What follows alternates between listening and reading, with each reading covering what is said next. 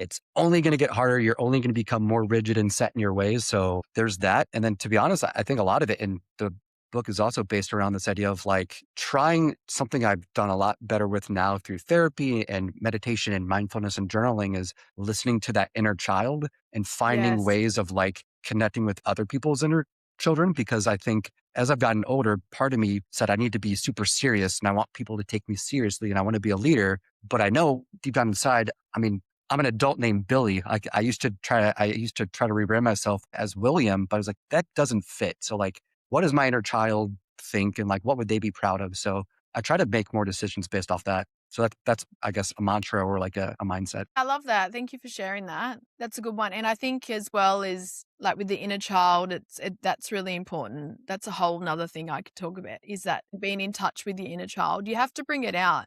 I've got a picture on my desk and it's me. It's a magnet. My mum must have made it when I was like 5. I'm literally like 5 Yeah. and I'm dancing on a table. I wouldn't dance on tables now, but it's just that seeing that I'm just carefree. That's before anything like before society conditioning.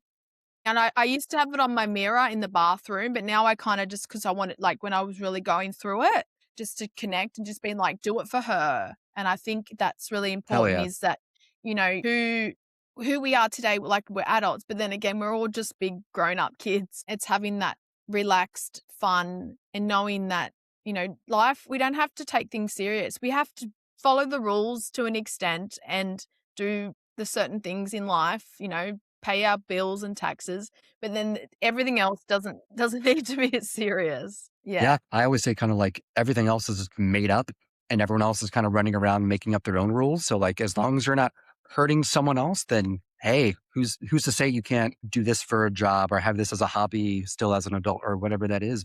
And I think too is a big thing is like we are the main character of our life. It's like we get to tell the story. And we have free will. That's something that I've really been like embracing is the free will. We have the free will. And I think this really wraps up our conversation quite good where we started with the penciling and, Yeah. permanent marker and just the whole thing is that, having it penciled in means we can change at any time. Doesn't have Love to it. be I set. think you're right. That's the perfect kind Well, of cherry thank on top. you for your time.